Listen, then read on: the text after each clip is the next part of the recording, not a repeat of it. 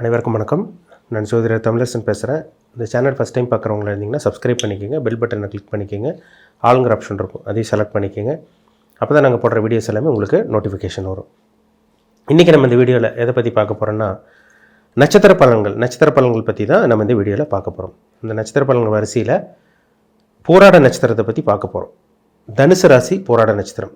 தனுசு ராசி போராட நட்சத்திரக்காரங்களோட குணம் எப்படி இருக்கும், உங்களோட கேரக்டர் என்ன, என்னென்ன பிளானட்டோட இம்பேக்டில் இருப்பீங்க, என்னென்ன தசாபுத்தி உங்கள் வாழ்க்கையில் நடக்கும், எல்லாமே நம்ம இந்த வீடியோவில் தெளிவாக பார்த்துருவோம். போராடம் 1, 2, 3, 4 பாதங்கள் தனுசு ராசிக்கு மட்டும்தான் வரும். சரிங்களா? ஒரு சில நட்சத்திரமெல்லாம் உடைப்பட்ட நட்சத்திரமாக வரும். அடுத்த ராசிக்கு 2 பாதம் வரும், இந்த ராசிக்கு 2 பாதம் இல்லை, ஒரு பாதம் இல்லை, அடுத்த ராசிக்கு 3 பாதம், அப்படியெல்லாம் மாறும். அதுக்கு பேர் பார்த்திங்கன்னா உடைப்பட்ட நட்சத்திரம் சொல்லுவாங்க. ஒரே நட்சத்திரம் ஆனால் 2 ராசிக்கு வந்துடும். ஆனால் தனுசு ராசி போராட நட்சத்திரம் தனுசு ராசிக்கு மட்டும்தான் அங்கே வரும். முழுமையான பாதங்கள் கொண்ட நட்சத்திரம் தான் இந்த போராட நட்சத்திரம்.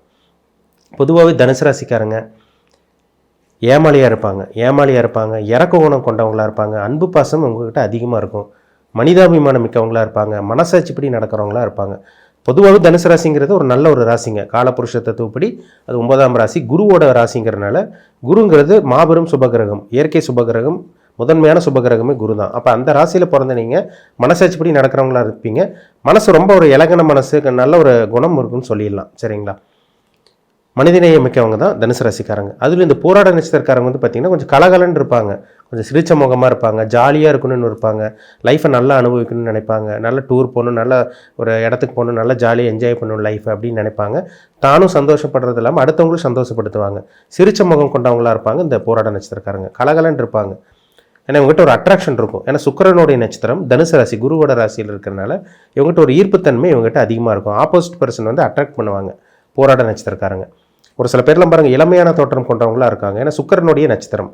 அப்போது அடுத்தவங்க ஈஸியாக பழகிடுவாங்க. இவங்களுக்கு நிறைய நண்பர்கள் இருப்பாங்க, இவங்க ஒரு அட்வைஸராக இருப்பாங்க, அடுத்தவங்ககிட்ட அட்வைஸ் பண்ணுவாங்க. இப்போ இவங்களுக்கு நல்லது நடக்குதோ இல்லையோ அடுத்தவங்களுக்கு அட்வைஸ் பண்ணுவாங்க. இங்கே அப்படி பண்ணுங்க, இப்படி பண்ணுங்க, இப்படி நடங்க, இப்படி நடக்காதீங்க அப்படின்னு அட்வைஸ் பண்ணுறவங்க தான் இந்த தனுசு ராசி போராட நட்சத்திரக்காரங்க. நல்ல ஒரு நட்சத்திரம், ஒரு அருமையான நட்சத்திரம். பிறக்கும் போதே பார்த்தீங்கன்னா ஒரு சுக்கிர தசை தான். பிறக்கும் போதே உங்களுக்கு நட்சத்திராதிபதி சுக்கிரனோட நட்சத்திரமாக இருக்கிறனால, போராட நட்சத்திரமாக இருக்கிறனால பிறக்கும் போதே உங்களுக்கு சுக்கிர தசை நடக்கும். 20 வருஷம் சுக்கிர தசைங்க. சரிங்களா? 1ஆம் பாதத்தில் பிறந்தீங்கன்னா கிட்டத்தட்ட 19-20 வருஷம் உங்களுக்கு சுக்கிர தசை நடந்துடும். இப்போ நடுப்பாதம், இப்போ 3ஆம் பாதத்தில் சென்ட்ரலில் நீங்கள் பிறந்திருந்தீங்கன்னா 10 வருஷம் வரும். அவ்வளோதான் டிஃப்ரென்ஸ் உங்களுக்கு. இப்போ முதல் பாதத்தில் பிறந்தவங்களுக்கு கிட்டத்தட்ட 20 வருஷம் சுக்கிர தசை. கிட்டத்தட்ட உங்களுக்கு முதல் பாதத்தில் பிறந்தீங்கன்னா 20 வருஷம் வரும், 2ஆம் பாதத்தில் பிறந்தீங்கன்னா 15 வருஷம் வரும். அவ்வளோதான் டிஃப்ரென்ஸ். அப்படி தான் உங்களுக்கு வரும். 4ஆம் பாதத்தில் பிறந்தீங்கன்னா உங்களுக்கு 5 வருஷம் பேலன்ஸ் இருக்கும். அவ்வளோதான். ஆனால் சின்ன வயசில் சுக்கிரதசை வர்றது கரெக்டானு பார்த்தீங்கன்னா, சின்ன வயசில் சுக்கிரதசை வரலாம், ஆனால் பாவகிரகம் சம்மந்தப்பட்டிருக்கூடாது. இப்போ உங்களுக்கு முதல் பாதத்தில் பிறந்தீங்கன்னா உங்களுக்கு கிட்டத்தட்ட உங்களுக்கு 19-20 வயசு வரைக்கும் உங்களுக்கு சுக்கிரதசை தாங்க நடக்கும். அந்த சுக்கிரதசை பாருங்கள், ராகுவோட இருந்து சனியோடு இருக்கவங்களுக்கெல்லாம் பாருங்கள், சின்ன வயசுலேயே பார்த்தீங்கன்னா படிப்பு மேலே நாட்டம் கம்மியாகி இந்த காதல் காமத்து மேலே நாட்டம் அதிகமாயிரும். ஏன்னா குட்டி சுக்கரன் குட்டி கழுக்கும்னு சொல்கிறாங்க. குட்டி சுக்கரன் குடும்பத்தை கெடுக்கும். சின்ன வயசில் பருவ வயசில் லவ் ஒரு சில பேர் சின்ன வயசுலேயே 15, 16, இந்த 20 வயசுக்குள்ளே ஏமாந்து போகிறவங்களாம் நிறைய பேர் இருக்காங்க இந்த போராட நட்சத்திரக்காரங்க. சின்ன வயசில் அந்த காதல் காமத்து மேலே நாட்டம் அதிகமாயிரும். சுக்கிரன் கெட்டு போனவங்களுக்கு, சுக்கிரன் நீச்சமாகி ராகுவோட சேர்ந்து, இல்லை சுக்கிரன் வேறு எங்கேயோ ஒரு இடத்துல 8ஆம் இடத்துல சம்மந்தப்பட்டு, சனியோட சம்மந்தப்பட்டு, இல்லை சுக்கிரன் ராகு சனி சம்மந்தப்பட்டு, இந்த மாதிரி காம்பினேஷன் எல்லாம் இருந்துச்சுன்னா சுக்கிரன் கம்ப்ளீட்டாக அவுட் ஆகிடுறாருன்னு அர்த்தம். சுக்கிரன் முழுமையாக கெட்டு போயிடுறாரு. அப்போ தவறான வழியில் தொடர்பு ஏற்பட்டு சின்ன வயசுலேயே அவங்க அந்த பருவ வயதிலே பார்த்திங்கன்னா தவறான விஷயங்களை போய் மாட்டிக்குவாங்க. அதனால் அந்த சுக்கிரன் ஜாதகத்தில் கெடாமல் இருக்கிறது நல்லது. இப்போ நீங்கள் 15-20 வயசுக்குள்ளே இருந்தீங்கன்னா உங்களுக்கு சுக்கிர தசை நடந்துகிட்ருக்கும். அது 1ஆம் பாதத்தில் பிறந்தவங்களுக்கு. இந்த டைம்லாம் ரொம்ப கவனமாக இருக்கக்கூடிய காலகட்டமும். சரிங்களா? சுக்கிரன் கெடாமல் இருக்கணுங்க. சுக்கிரன் கெட்டு போச்சுன்னா தவறான வழிகளை போய் மாற்றுறது, சின்ன வயசில் லவ் ஃபெயிலியர் ஆகுறது, காம சம்மந்தப்பட்ட விஷயங்களை போய் லாக் ஆகுறது, இதெல்லாமே சின்ன வயசுலேயே அவங்களுக்கு வர்றதை கண் கூட பார்க்க முடியுது. ஏன்னா சுக்கிரனாலே என்ன காதலை தான் கொடுக்கும், காமத்தை தான் கொடுக்கும்.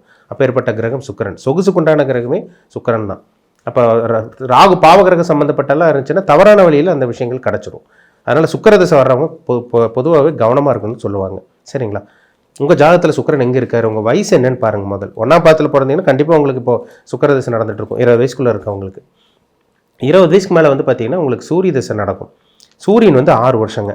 இப்போ பார்த்தீங்கன்னா ஒரு சில பேருக்கு 23, 24 வயசில் ஒரு சில பேருக்கு கவர்மெண்ட் ஜாப் கிடைக்குது, இல்லை கவர்மெண்ட் பேக்ரவுண்டில் ஒர்க் பண்ணுறவங்களுக்குலாம் பார்த்தீங்கன்னா சூரிய தசை நடந்துகிட்ருக்கும். அரசாங்கம் அல்லது அரசாங்கம் சம்மந்தப்பட்ட விஷயங்களில் வேலை பார்த்துட்டு இருப்பாங்க. அந்த அரசாங்க லிங்க் வந்துடும், கவர்மெண்ட் லிங்க் வந்துடும் உங்களுக்கு. கவர்மெண்ட் ஜாப் கிடைக்குமான்னு கேட்குறாங்க பார்த்தீங்களா? சூரியன் ஜாதகத்தில் நல்லா இருக்கணுங்க. சூரியன் நல்லா இருந்தால் தான் அரசாங்க வேலை கிடைக்கும். சூரியன் ராகுவோடையோ சனியோடையோ கெட்டு போய் சிம்ம ராசியில் பாவகிரகம் ராகுவோ கேதுவோ சம்மந்தப்பட்டாங்கன்னா அவங்களுக்கு வாழ்நாள் முழுக்க அவங்க அரசாங்க வேலை கிடைக்காதுன்னே சொல்லிடலாம். சிம்மம் நல்லா இருக்கணும், சிம்மத்துக்கு அதிபதி சூரியன் நல்லா இருக்கணும், லக்னாதிபதி ஸ்ட்ராங்காக இருக்கணும். இதுதான் ரொம்ப முக்கியம். இப்போ சிம்ம ராசிக்கு அதிபதி சூரியனும் நல்லா இருந்து சிம்மமும் உங்களுக்கு நல்லா இருந்துச்சுன்னா கன்ஃபார்மாக உங்களுக்கு அந்த சூரிய திசையில் அரசாங்க வேலை கிடச்சிரும், கேரண்டியாக கிடச்சிரும்.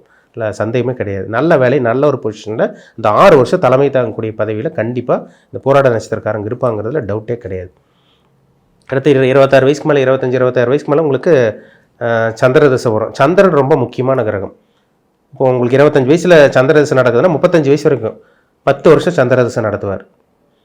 அந்த சந்திரன் வந்து ராகுவோட சேரக்கூடாதுங்க, சனியோட சேரக்கூடாது, கேதுவோட சேரக்கூடாது, செவ்வாய் கூட சேரக்கூடாது தான்.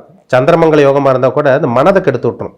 ஒரு நெருப்பு கிரகம் ஒரு நீர் கிரகத்து கூட சேரக்கூடாது, ஒரு நீர் கிரகம் ஒரு இருள் கிரகத்து கூட சேரக்கூடாது, கிரகண தோஷம் ஆகக்கூடாது, கிரகண தோஷம் ஏற்படக்கூடாது. அப்படி இருந்துச்சுன்னா மனம் பாதிக்கப்பட்டுரும். ஒரு 25 வயசுக்கு மேலே பாருங்கள், போராட்ட நட்சத்திரக்காரங்க ஹெல்த்தில் பிரச்சனை வரும், கண் பிரச்சனை வரும், முழங்கால் பிரச்சனை வரும், மூட்டு பிரச்சனை வரும், ஹார்மோன் சம்பந்தமான பாதிப்புகள் வர காரணம் எல்லாமே இந்த சந்திரன் தான்.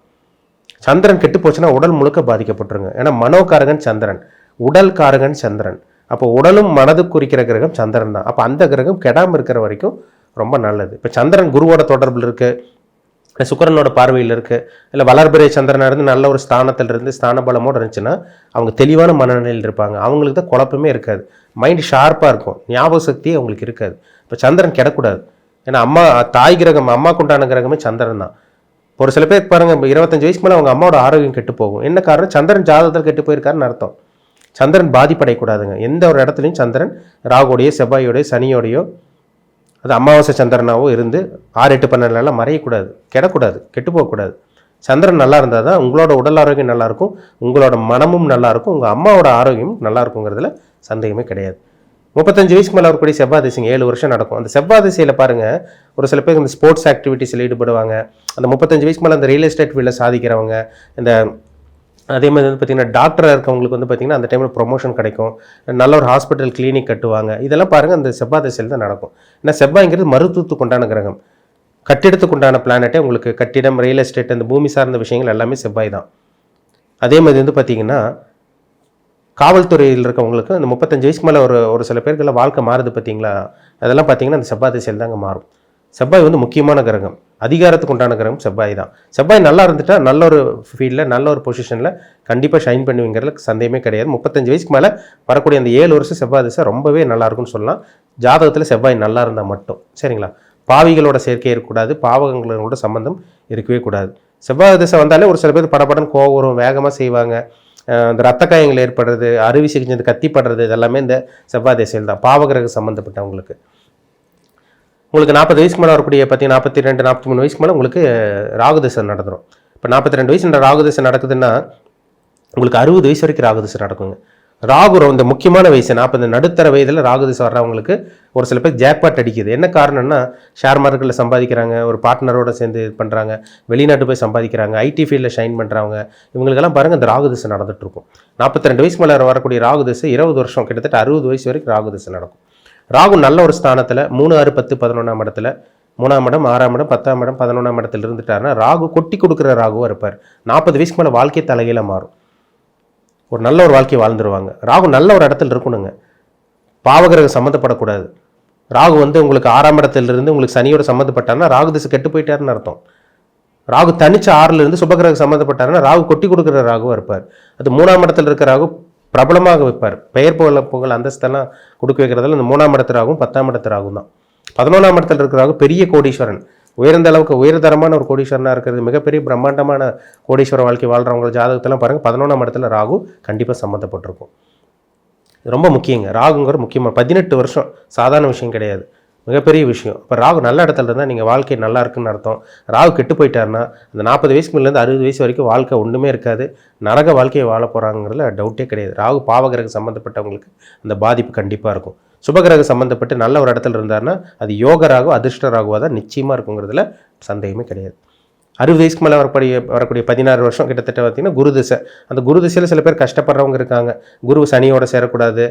அதே ரிஷப லக்னத்துலேயும் உங்களுக்கு துலாம் லக்னத்தில் பிறந்தவங்களுக்கு பாவகிரக சம்மந்தப்பட்ட குரு வந்து நோய் தொல்லைகள் கண்டிப்பாக 16 வருஷம் கொடுக்கறது கண் கூட பார்க்க முடியுது. அப்போ ராகு வந்து ரிஷப லக்னத்துக்கும் உங்களுக்கு குரு வந்து ரிஷப லக்னத்துக்கும் துலாம் லக்னத்தில் பிறந்தவங்களுக்கு குரு திசை அவயோகியாக இருக்குது. சரிங்களா? அந்த லக்னத்தில் பிறந்தவங்க மட்டும் செக் பண்ணிக்கோங்க. உங்கள் ஜாதகத்தில் குரு சுபகிரகங்களோட சம்மந்தப்பட்டிருக்கா பாவகிரகங்களோட சம்மந்தப்பட்டிருக்கான்னு பார்த்துக்குங்க. சரிங்களா? அது ரொம்ப முக்கியம். இப்படி தான் இந்த ஃபார்மேட் படி தான் உங்கள் வாழ்க்கை போகும். தசாபுத்தி மீறி ஒன்றுமே பண்ண முடியாது. ஒரு மனிதனை ஆட்டி படைக்கிறதுக்கு நவகிரகங்கள் தான். அந்த நவகிரகங்களில் என்ன சம்பவம் உங்களுக்கு இப்போ நடக்குது, என்ன உங்களுக்கு விஷயங்கள் நடக்குது சுட்டி காமிக்கிறது அந்த கிரகத்தோட தசாபுத்தி தான். சரிங்களா? இப்போ ஒரு விஷயம் நடக்குது, அது நல்லதோ கெட்டதோ, நல்லது நடக்குதோ கெட்டது நடக்குதோ, அது காரணம் வந்து தசை நடத்தக்கூடிய கிரகமும் புத்தி நடத்தக்கூடிய கிரகமும் தான். எந்த ஒரு மனிதனாக இருந்தாலும் இந்த கர்மாப்படி தான் செயல்படும். சரிங்களா? அப்போ உங்கள் பிறப்பு ஜாதகத்தில் தனிப்பட்ட ஜாதகத்தில் என்ன தசாபுத்தி போகுதுன்னு பாருங்கள். அது ரொம்ப ரொம்ப முக்கியம்.